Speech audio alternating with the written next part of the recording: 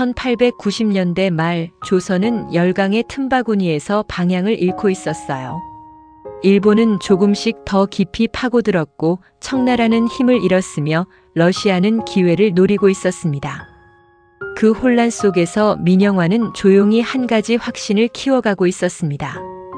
칼로는 나라를 살릴 수 없다는 것, 사람을 키워야 한다는 것이었죠. 이 땅의 주권을 지키기 위해 온몸을 던진 이들의 숨겨진 이야기를 계속 만나보고 싶으시다면 시작 전 구독과 좋아요로 뜻깊은 여정에 함께 해주세요.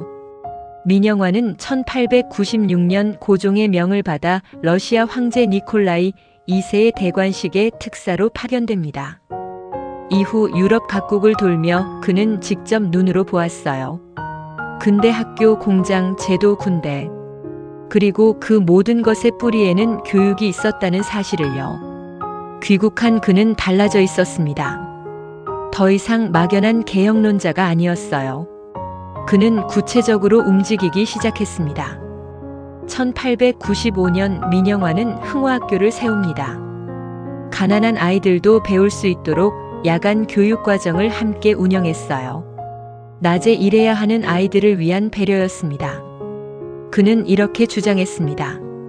신분이 아니라 실력으로 관리를 뽑아야 한다고요. 독립협회를 후원하고 시민교육의 확산을 지지했습니다. 당시 조선 사회에서 이것은 매우 파격적인 주장이었어요. 기득권 전체를 건드리는 발언이었으니까요. 오늘날로 치면 어떨까요? 스펙이 아닌 실력으로, 배경이 아닌 역량으로 사람을 뽑아야 한다는 말. 지금도 여전히 논쟁 중인 이야기죠. 하지만 현실은 냉혹했습니다. 보수 세력은 그의 움직임을 곱게 보지 않았고 친일 세력은 개혁론자들을 조직적으로 견제했어요. 민영환이 꿈꾸던 조선과 실제로 돌아가는 대한제국 사이의 거리는 점점 벌어졌습니다. 1904년 러일 전쟁이 터집니다. 일본은 조선의 한일의정서를 강요했어요. 민영환은 이에 강하게 반대했습니다. 하지만 황제의 도장은 찍혔고 그는 학부 대신 자리에서도 결국 밀려났죠. 밀어내도 조용히 물러서지 않았습니다. 그것이 그였어요. 1905년 11월 17일 밤 을사늑약이 체결되던 그날입니다. 회의장 안에서 많은 대신들은 침묵했습니다. 혹은 서명했어요. 하지만 민영환은 끝까지 반대했습니다.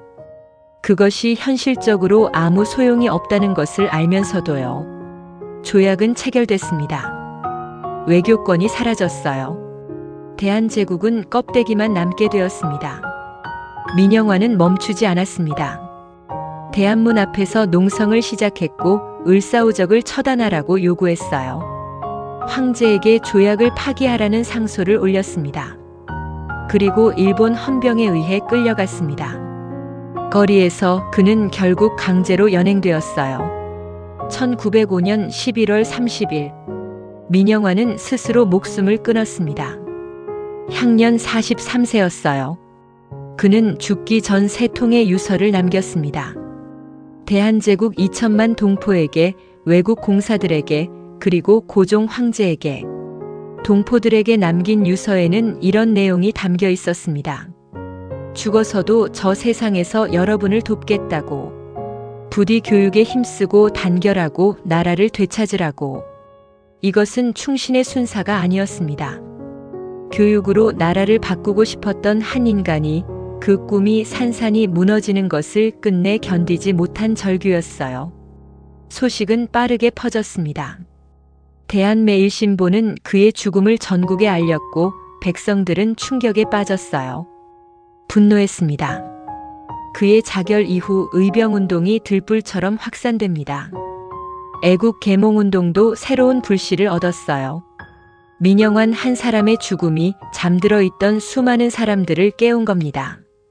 최고의 자리에 있었지만 나라의 위기 앞에 목숨을 바쳐 백성들의 정신을 깨우려 했던 민영환. 오늘날 우리가 누리는 이 땅의 자유는 이렇듯 자신의 모든 것을 던졌던 이들의 붉은 피 위에 세워진 것 아닐까요?